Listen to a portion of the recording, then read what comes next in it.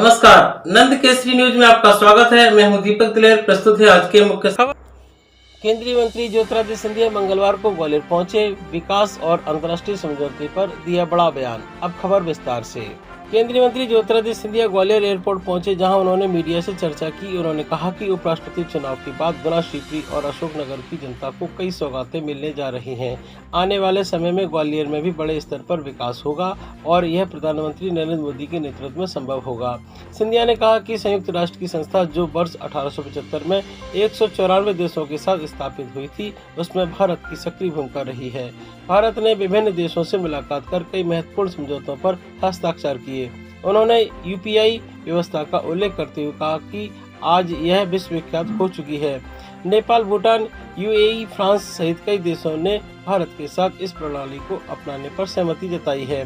सिंधिया ने कहा कि यह प्रधानमंत्री मोदी की दूरदर्शी सोच और नेतृत्व का ही परिणाम है कि भारत की पहचान वैश्विक मंच पर और सशक्त हो रही है। आइए देखते हैं ये रिपोर्ट।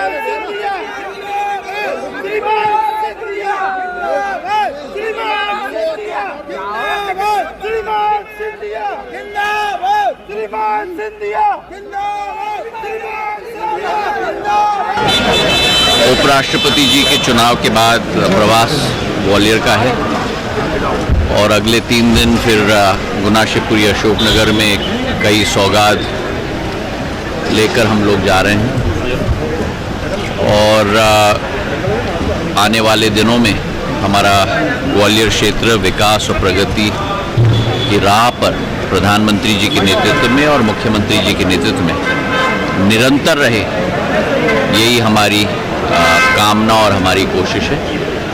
और आप सभी लोगों को भी मेरे तरफ से बहुत बहुत शुभकामनाएं।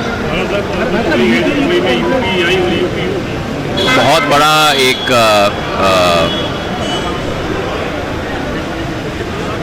समझौता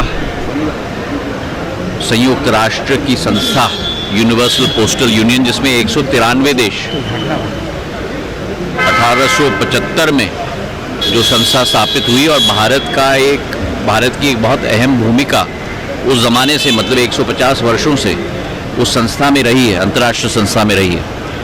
तो वहाँ के 42 अफ्रीकन देशों के साथ मुलाकात हुई, 28 लैटिन अमेरिकन और स्पेन और पोर्तुगल देशों के साथ मुलाकात हुई और 23 कैरिबियन नेशन देशों के साथ मुलाकात हुई और अलग अलग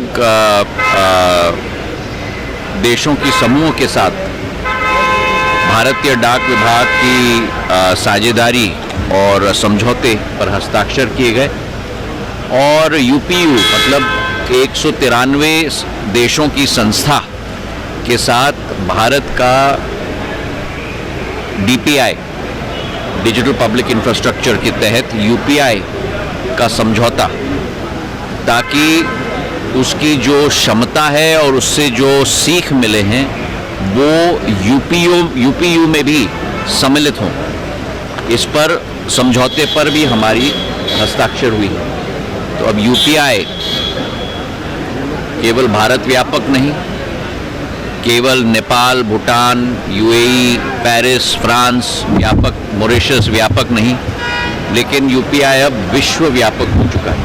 और ये प्रधानमंत्री जी की क्षमता, प्रधानमंत्री जी का लक्ष्य, प्रधानमंत्री जी की दृढ़ इच्छा शक्ति से ही संभव हो पाया है। तो आज भारतीय डाक विभाग भी यूपीआई को लेकर विश्व भर में पहल कर रहा है और इसके बहुत अच्छे दूरगामी नतीजे आएंगे, इसका हमें पूर्ण विश्वास है। उस पर मैं कोई टिप्पणी नहीं करूँगा। जिन लोगों की जान गई है, हर परिवार को मेरी तरफ से सांत्वना मैं देना चाहूँगा। नेपाल के साथ भारत का तो बहुत गहरा और प्राचीन संबंध है और सिंधिया परिवार का भी एक बहुत पारिवारिक संबंध नेपाल के साथ है। तो जो वहाँ घटित हो रहा है उससे सभी लोगों को दुख है और अमन, चैन और शांति हो, यही कामना हम लोग। आज के समाचारों में इतना ही। कल हम फिर हाजिर होंगे, तब तक के लिए मैं इजाजत दीजिए। नमस्कार।